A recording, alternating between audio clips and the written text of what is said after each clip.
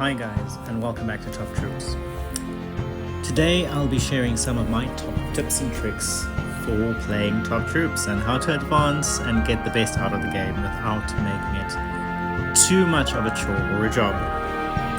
So obviously, firstly, we'll have to talk a bit about patience. A lot of people have been asking me on some of my recent videos how I can do so many summons.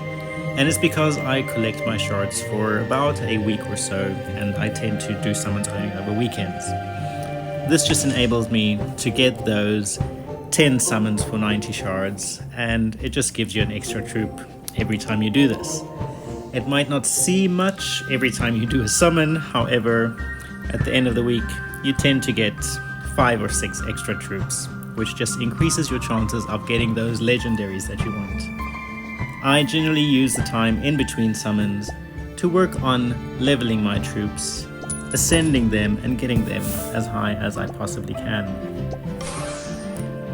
After this, my next tip would be to always have countdown timers counting in your favor.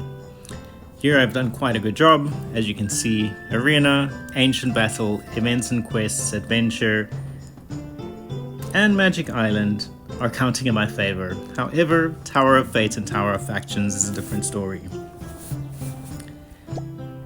In Arena, I tend to only keep my defenders quite low, which increases the chances of me being attacked. This does factor in when you are trying to climb. However, I'm not too precious about my rank. I just like getting my daily rewards and getting the additional chests from the arena. I tend to only attack squads that are lower attack power depending on the squad composition. Here you can see there's already quite a few of these that I can do some revenge on. Every time they attack me, I only lose 3 or 4 trophies. However, with successful revenge, I get quite a few additional back. Next thing I think that we need to talk about that's also quite useful is the use of diamonds. I don't generally spend diamonds on resources or items. However, I do buy the premium daily pack, and if it's a day where I'm playing quite a bit and I need some additional refills for arena tickets, I will only buy the arena tickets, not the energy or auto win tickets, as you get quite a few of those during gameplay. Next, I think it's quite important to have focused leveling. If you go into your troop composition, it's important to see what would benefit you most. Currently, my focus is not on the conductor that I leveled up earlier, but in getting my rats up, as I got a few additional ones, and I could increase the skill levels of these.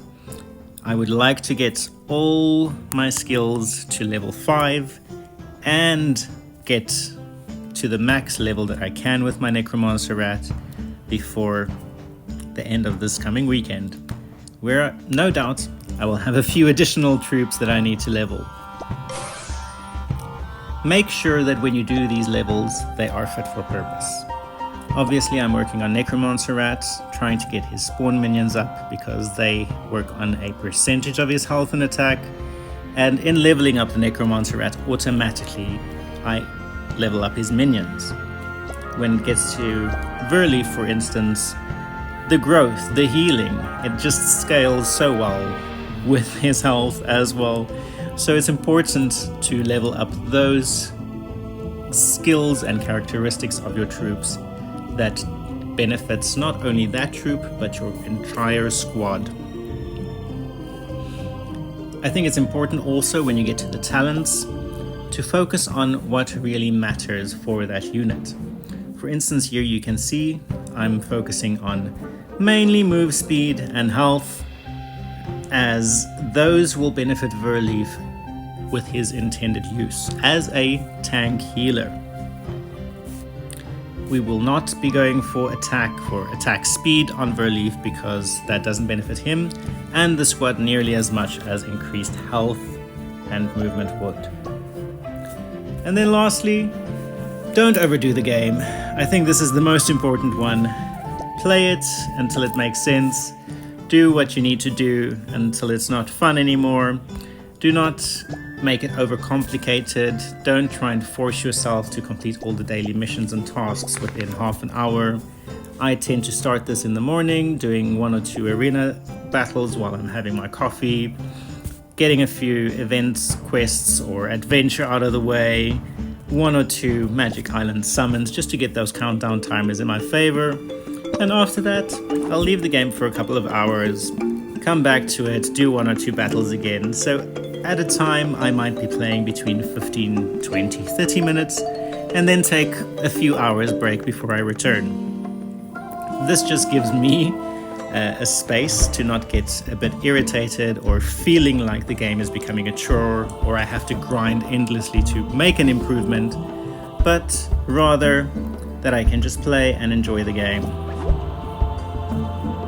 Thank you all for watching. Please like and subscribe if this benefited you in any way. Alternatively, if you have any questions or any suggestions, any specific videos that you guys would like to see, please mention that in the comments and I'll get onto those as soon as I can. Have a great day and look after yourselves.